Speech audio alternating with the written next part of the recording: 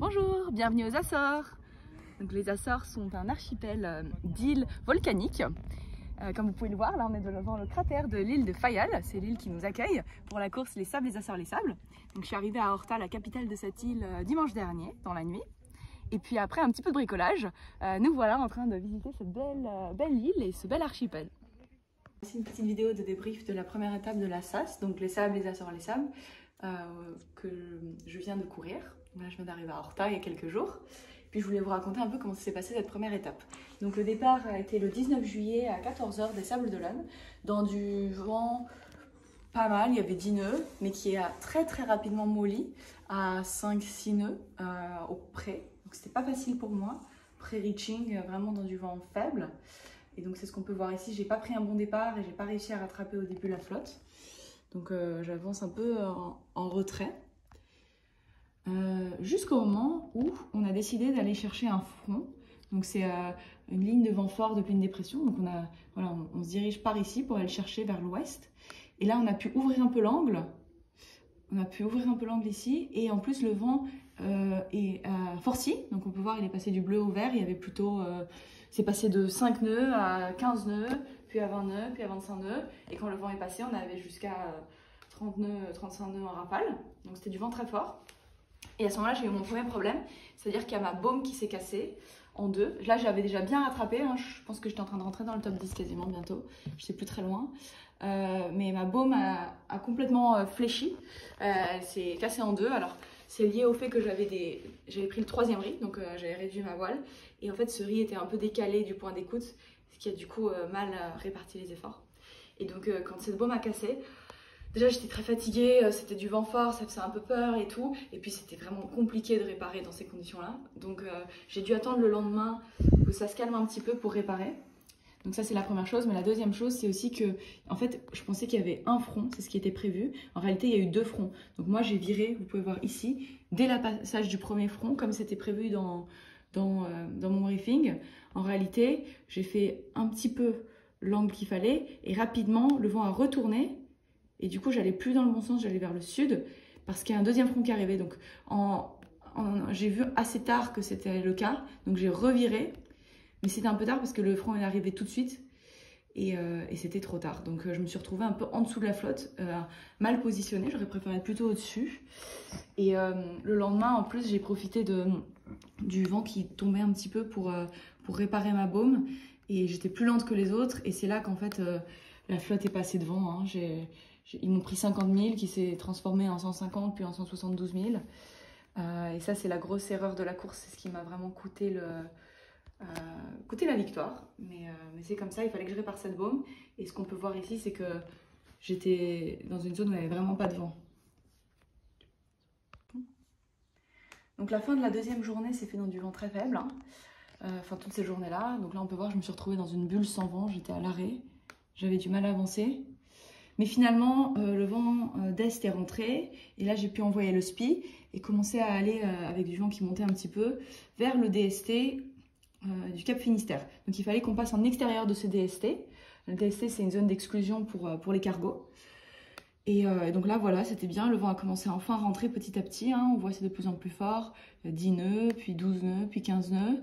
Et ce qu'on savait, c'est que au sud de ce DST, il allait y avoir des alizés très forts. Donc les alizés, c'était un vent portant, très fort. Moi, j'avais jamais eu du vent aussi fort que ça, donc c'est sûr que j'appréhendais un peu ce moment-là.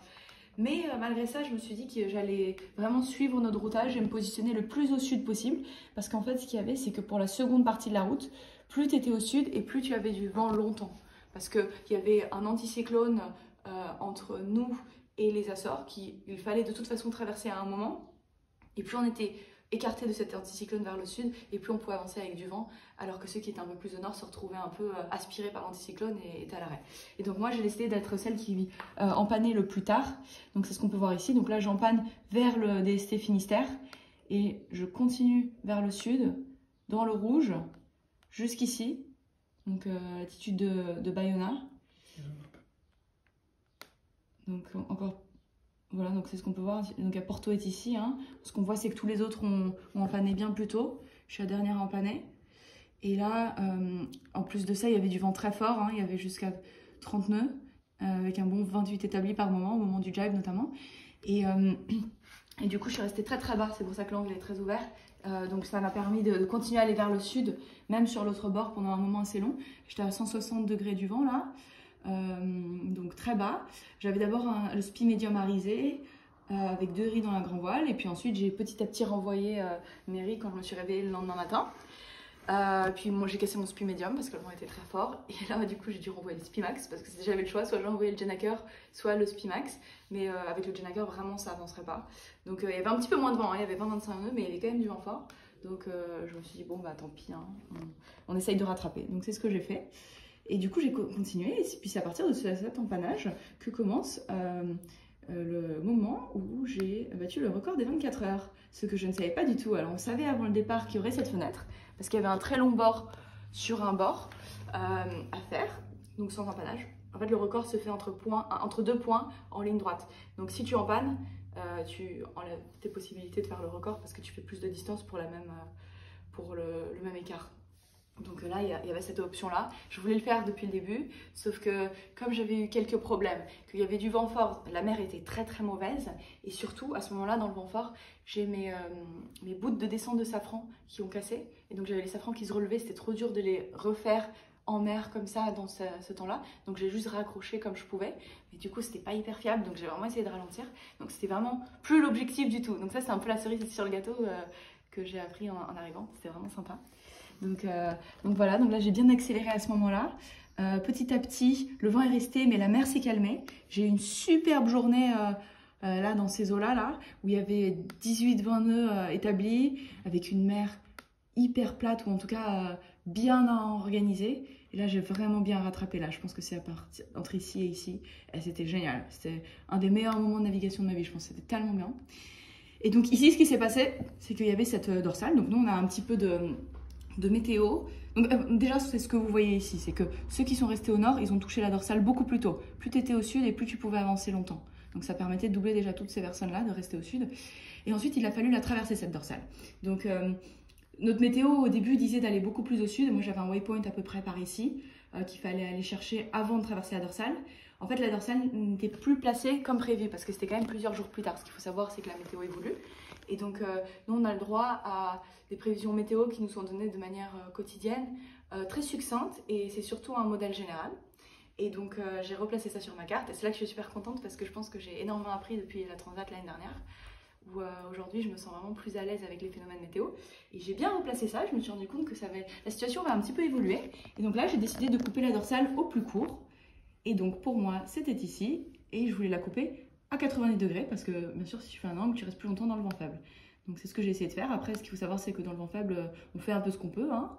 C'est pas forcément évident, mais je pense que ça s'est pas trop mal passé. Hop, voilà, là je suis sortie. Donc là, j'ai retouché le vent.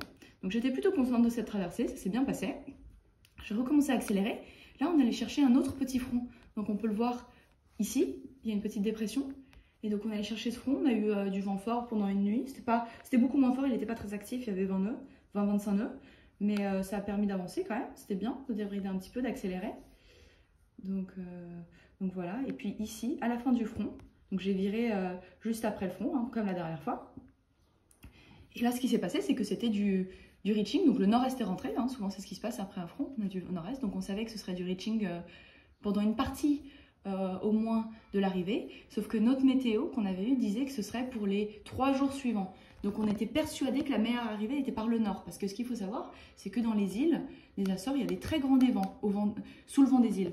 Et comme on avait du nord-est, on s'est dit, bon bah parfait, je passe par le nord, et la plupart de la flotte avait la même idée, parce que c'était vraiment la météo qu'on a eue. On passe par le nord, on évite tous les dévents, en plus c'est en ligne droite au reaching, ça va aller très vite. Là j'ai eu un petit problème déjà, c'est qu'en fait à ce moment-là j'ai cassé le petit pontet qui tient le bras de mon tangon. Donc j'ai le bout d'or qui s'est replié alors que je volais là à 20 nœuds, c'était génial. Et bon, je pouvais plus le renvoyer parce que en fait sinon ça allait écraser mon chandelier, c'était vraiment compliqué. Donc là j'ai dû ralentir et là je me suis fait doubler par 2 protos à ce moment-là parce que j'étais un peu au ralenti. Donc c'est ce qu'on voit là, ils passent devant, Timothée et Mathis. Mais c'est la vie. Et ensuite le vent est tombé, amolli. Et là j'ai pu renvoyer le spi parce que ça tire quand même moins fort dessus pour pouvoir avancer. Surtout que l'angle a tourné et en fait ça s'est passé à l'est. Et après, pire que ça, c'est passé au sud-ouest, au sud puis au sud-ouest. Et ça c'était vraiment imprévu parce que nous on s'attendait à avoir du nord-est jusqu'à l'arrivée. Mais c'est comme ça, et comme c'était du sud, du sud-ouest, en fait on s'est retrouvé du mauvais côté des îles. Et là l'arrivée était assez longue et pénible. Ce qu'on peut voir ici, le dévent de Sam Jorge il va quasiment jusqu'ici. Et vous allez voir là je me suis fait prendre dedans, hein, par moment. Ici hop, j'ai réussi à virer juste au bon moment, mais il n'y avait plus de vent. C'était assez compliqué. Et là il y avait du courant en plus très fort, donc ce qui fait que j'avais un angle très mauvais là. Et puis finalement le vent est passé ouest, ce qui a redonné l'option de repartir à la côte. Et puis c'était une côte à gauche, et donc là c'est un peu ce que j'ai fait malheureusement à la toute fin. J'aurais pu y aller un peu plus tôt, c'était une erreur, je pense que j'aurais dû remarquer ça plus tôt. Et là il y avait, l'angle était bien meilleur, on gagnait 15 degrés et 2 nœuds de vitesse avec le courant en plus. Donc c'était génial. Et ça a permis de passer cette pointe hein, qu'on essayait de négocier avec Thomas qui était à côté de moi depuis déjà plusieurs heures. Et là, un petit coup de chance je dirais, parce que bon, c'est vraiment imprévisible ces îles, c'est qu'il y a eu du vent jusqu'à l'arrivée, pour moi, alors que les suivants se sont retrouvés empétolés. Et c'était plus difficile les arrivées. Voilà, donc l'arrivée c'était dans la nuit de dimanche à lundi, vers 2 h du matin local, 4 h en France. Et puis voilà, il y a pas mal de travail sur le bateau hein, pour réparer tout ça. C'est ce qu'on a fait ces derniers jours. Et puis on allait se promener un petit peu hier. Aujourd'hui, on va aller finaliser les réparations. Et puis repréparer le bateau pour le départ de dimanche. Donc voilà, j'espère que vous allez suivre le retour. Et je vous en dirai plus pour la météo de retour. Voici sur le bateau ici, en train de finaliser les derniers bricolages avec Benoît qui est venu m'aider toute la semaine. J'ai vraiment de la chance, hein. Il m'a beaucoup aidé sur cette préparation, sur ce travail et tout ça. Donc on a travaillé sur la baume, sur les estropes de foil. D'ailleurs c'est Romain, mon concurrent qui est mateloteur, qui m'a aidé à les refaire. Donc c'est sympa l'esprit un petit peu mini là d'entraide. On a travaillé sur les safrans, sur le bout d'or. Voilà, on a réparé un petit peu tout ce qui était à réparer. Il y a le spi médium qui va bientôt rentrer de la voilerie. Donc voilà, tout est bon. Il nous reste encore un peu de travail là, je pense quelques heures aujourd'hui. Et puis normalement, le bateau est quasiment prêt. Voilà, vous pouvez voir un peu l'ambiance. On entend la perceuse derrière. Tout le monde travaille encore hein, sur les bateaux, il y a encore un peu de travail. Hier, j'ai pris une demi-journée avec Benoît pour aller me reposer un petit peu et visiter l'île. C'était super agréable. Puis là, nous voilà de retour au travail. Donc le départ est dimanche. J'espère que vous allez tous me suivre sur le tracking. J'espère que ça vous a plu aussi de suivre la course en direct comme ça sur l'allée. Que ce record vous a plu aussi, autant que moi en tout cas. Et puis voilà, donc là c'est reparti dimanche. Cette fois-ci, je pense que les routes vont nous mener un peu plus au nord parce que l'idée c'est de faire le tour de l'anticyclone. Donc voilà, le vent s'enroule autour de l'anticyclone. Donc à l'aller, on est passé au sud pour avoir le vent portant. Au retour, on devrait passer au nord pour garder aussi le vent portant. Donc c'est un peu ça l'idée. Mais j'ai pas encore beaucoup travaillé la météo, donc vous en saurez plus bientôt. Mais voilà, départ 13 h heure locale, donc 15 h chez vous ce dimanche. N'hésitez pas à me suivre et puis à bientôt pour plus de nouvelles.